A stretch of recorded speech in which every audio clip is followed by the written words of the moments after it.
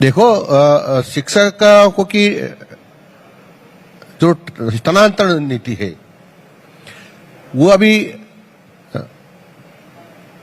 विषय पर विचार हो रहा है, चर्चा हो रही है, विद्वानों से, इसके जानकारों से भी चर्चा हो रही है। और नजदीक के जो हमारे स्टेट्स हैं, प्रदेश हैं, उनकी भी शिक्षा नीति का अध्ययन कर रहे हैं और सबका अध्ययन करके हम ऐसी शिक्षा नीति बनाएंगे कि किसी को भी उसमें कोई परेशानी नहीं होगी।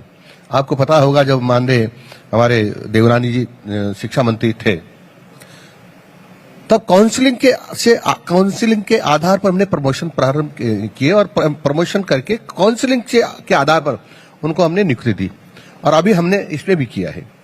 तो मैं कह सकता हूं कि उसमें किसी को भी सिफारिश की जरूरत नहीं, किसी को भी गिलवा शिकायत नहीं और अपने आप अपना काम आसान हो गया है। इसी प्रकार से शिक्षा नीति होगी।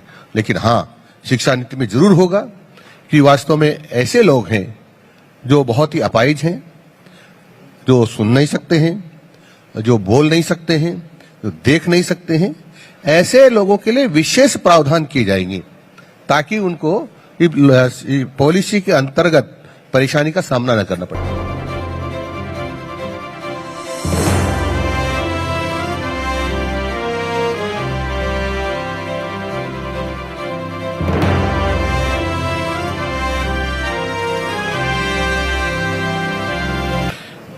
मैं ये कह सकता हूं कि मेरे रहते हुए इस विभाग में ऐसा कहीं आपको सुनने को नहीं मिलेगा।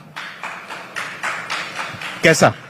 ऐसा कि कोई पूछे, जैसा कि कांग्रेस के मुख्यमंत्री ने उस समय के तत्कालीन शिक्षा मंत्री के लिए पूछा था कि हमारे यहां कोई ट्रांसफर में रुपए वगैरह लेते हैं क्या, रिश्वत लेते हैं क्या, तो जो सम्मानित शिक्षक थे, उन्होंने सबने हाथ खड़ा करके जोर से हल्ला करके कहा कि देना पड़ता है।